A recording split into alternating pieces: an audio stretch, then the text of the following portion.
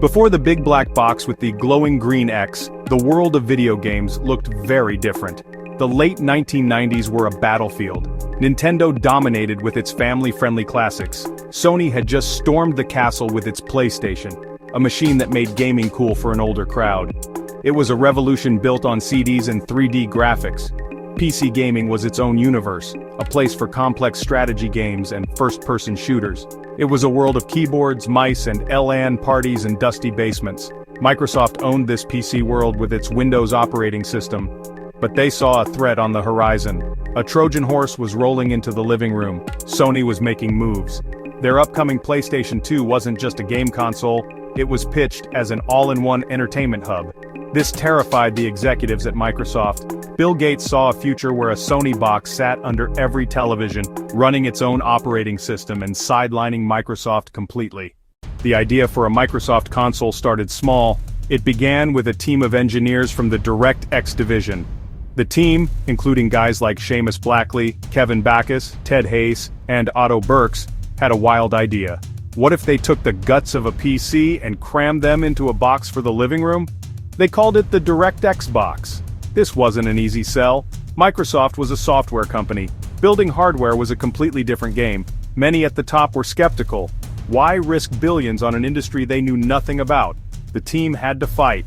The famous story goes that in one pivotal meeting they were nearly shot down until they framed the PlayStation as a direct assault on the Windows ecosystem. Once the project got the green light, the real battle began. The culture clash was immediate and intense. Every decision was a fight.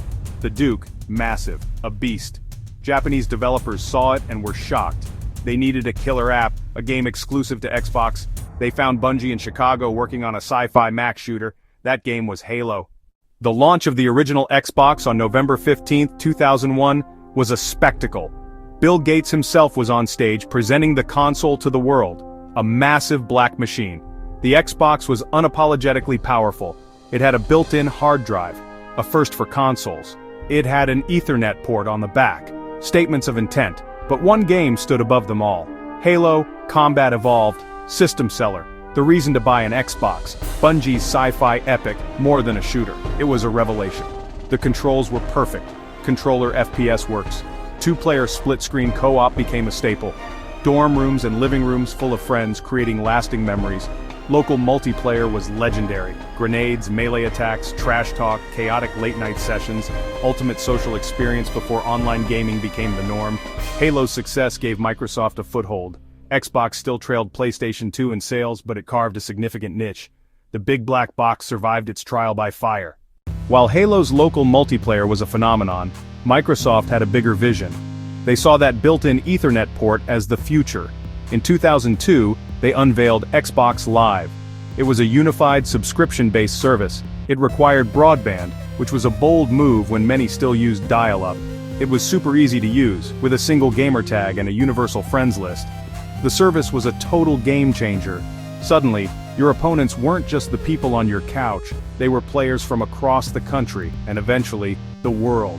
You could plug in a headset and talk to your teammates. The true potential was unleashed with Halo 2 in 2004. The game was designed from the ground up for online multiplayer. It introduced matchmaking. You could always find a competitive game, day or night. Halo 2's multiplayer was more than just a feature, it was a cultural event. It became the killer app for Xbox Live. Of course, this new online world introduced players to the joys of lag and getting yelled at by a 12-year-old from another state. But it was revolutionary. It changed how games were made and how they were played. Xbox Live turned gaming into a connected, shared, and endlessly competitive experience. The original Xbox may not have won the console war in terms of sales, but its impact was monumental. It forced the entire industry to evolve. The Xbox 360 refined the Xbox Live experience, introduced achievement system. The current generation is built around the concept of an ecosystem. It's not just about the box you buy, it's about the service. Xbox Game Pass is changing how people buy and play games all over again. Looking back, the story of Xbox is a story of audacity. They brought PC sensibilities, power, connectivity, robust online infrastructure to a console audience. They created iconic characters like Master Chief and built franchises that are still beloved today. It all started with that big black DirectX box, a paranoid gamble that paid off in ways no one could have imagined.